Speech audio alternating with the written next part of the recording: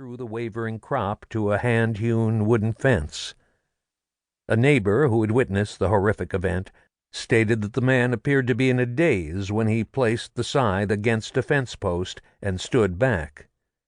For several minutes he had stared at the long curved blade before running headlong toward the sharp point, impaling himself all the way through before his lifeless body fell backward into the reddening stubble of the field.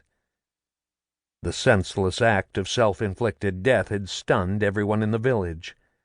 The young man had been born into a solid family and was loved by his wife and children. He had never taken to drink, worked hard, and had always helped his neighbors when they were in need.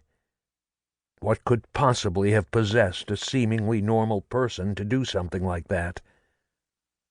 It was then that someone had mentioned the fact that the man had been the first person to spot one of the dark shapes that had recently begun appearing outside their windows, and the word possession began to spread through the village. For several weeks after the young man had been laid to rest, life had apparently returned to normal. No dark shapes, no bumps in the night, nothing. And then the second event occurred.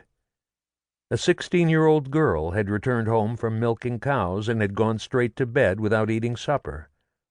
Later that night the village baker reported seeing a black shape on the road leading from town, and in the early morning hours the village was awakened by screams coming from the girl's house. Fearful of what they might see, many remained inside their homes, while others rushed outside just in time to witness the horrifying sight.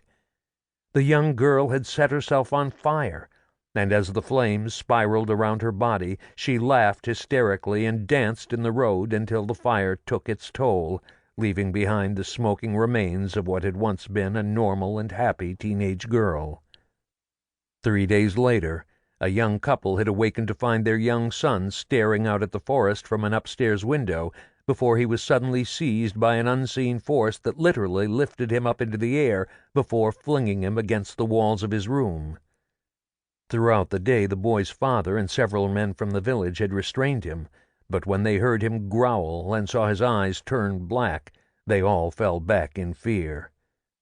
Released from their grip, the boy raced from the house screaming profanities, and the next day his limp body was found hanging upside down from a tree at the edge of town. Then, a week later, the body of an elderly man was found lying just inches beneath the surface of a clear pond, with a heavy stone tied around his neck, his eyes bulging and his face frozen in a macabre grin. For the next month and a half, as authorities and doctors and ministers flocked to the village in an attempt to find some kind of underlying cause behind the bizarre and seemingly self-inflicted deaths, the events continued to occur with startling regularity. It didn't seem to matter if one stayed locked behind closed doors or worked outside in the fields all day. Death struck randomly without regard to age or sex, and to add to the horror, the frightened villagers soon found themselves cut off from the rest of the world after local authorities finally resorted to placing a quarantine around the village for fear that some kind of new plague was infecting the minds of the people who lived there. Soon news of the villagers' plight spread to the coastal town of Bergen, where a group of Protestant ministers had gathered to discuss the possibility that the cause behind the events lay within the supernatural realm and not the physical. With only one member of their group abstaining from an otherwise unanimous vote, they decided to consult a Jesuit priest who had recently arrived in Bergen and was said to know about such things. After listening to their story, the priest withdrew to his small room in the church rectory and prayed before setting off for the village on foot in the dark of night. He knew he had to hurry. The feeling coming from the forest beyond the mountains was strong. He had felt something tugging at him, pulling him toward a shapeless dark horizon, and if he failed to make it in time, whatever was stalking the villagers would surely begin to spread. Now, as he entered the town square, the frightened villagers peering through the smoke from their torches at the shadowy figure walking toward them were relieved to see a human face when the tall priest stopped and swept the brown woolen hood from a mop of tousled blonde hair.